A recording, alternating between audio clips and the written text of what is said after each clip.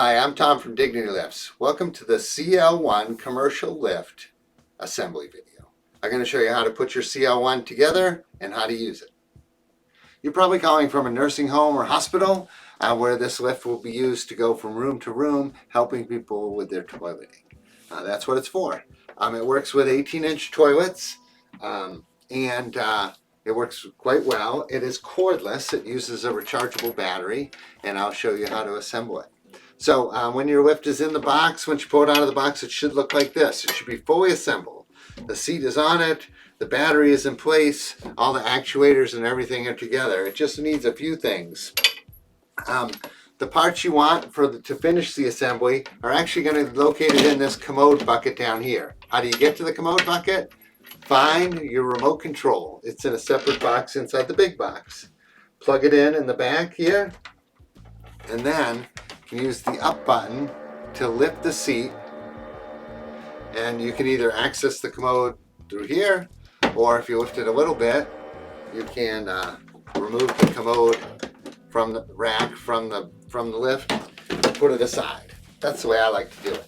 Inside here, this is where you're going to find your charger, and you're going to find the bolts you need to put on the handles, and the Allen key that you need to do it as well.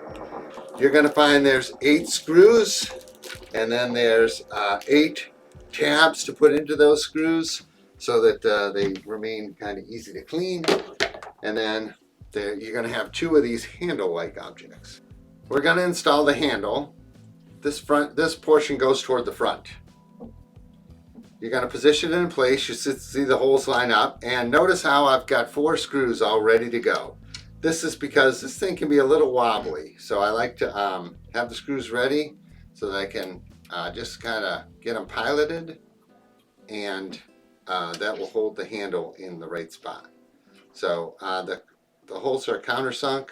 Just be gentle while you get them started. Just get a thread or 2 started on each one by hand, so you don't cross thread or strip them. And then you can use the Allen wrench to do the rest of the job. So I like to do them all 4 loose. That way I don't get all tightened up with one of the holes where you can't get to it. So I think that's pretty standard. If you assemble a lot of stuff, you probably do that for almost anything. Assemble it all kind of loose. So, of course.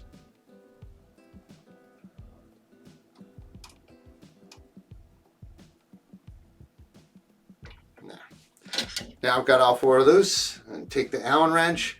The long end has a pivot side, which is nice because it keeps the swing of this little piece out of the way, so that you can screw them all down in completely without having to reset. It's nice. There we go. So now we're just going to tighten all 4 down.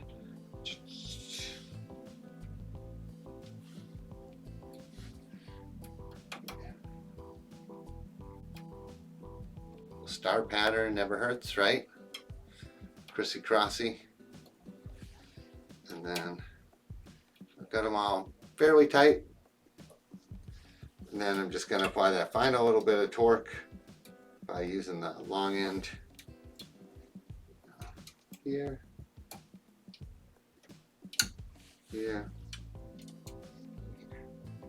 Again, star pattern seems like good practice, so that's what you can do it on lug nuts for your race car, and you can do it on your toilet lift. There you go. So we have one handle in place. We're going to do the other handle, and then we'll move on to the next step. All right, our next step is to put these little caps on the cap screws. You know, this is a toilet lift, so you don't want bacteria living in any of these nooks and crannies, so these little caps do that trick. You just pop them into the hex head screws like this, and they'll just make it a little easier to clean the lift. So no tools required. They're easy to put in, and if you do need to remove the handles, they come out easily as well, and they can be reused. So now there's a back push bar. This is for moving the lift around. It's like a handlebar. Well, the handlebar goes right into these 2 slots like this, seated all the way down, and tighten the two knobs. No tools here. And then you can hang this piece here onto the handlebar here. Once your lift is assembled, you can wheel it into any room. It can go from room to room to room because it doesn't permanently attach to the toilet. You can also leave it in a room for a while. It will lift 30 times on a charge. So, and when you want to recharge it, you can just plug the charger into the lift itself. Some people do that at a station. Other people, when they bring it into a room, will plug it into that room. It's up to you, really. We don't. It works either way. So now, one of the care workers at your facility will be able to use this lift to roll it around, to go to patient rooms, and to help people with their toileting. I'll show you how that works. First of all, the first thing to do is to not have the patient on the lift until it is over the toilet.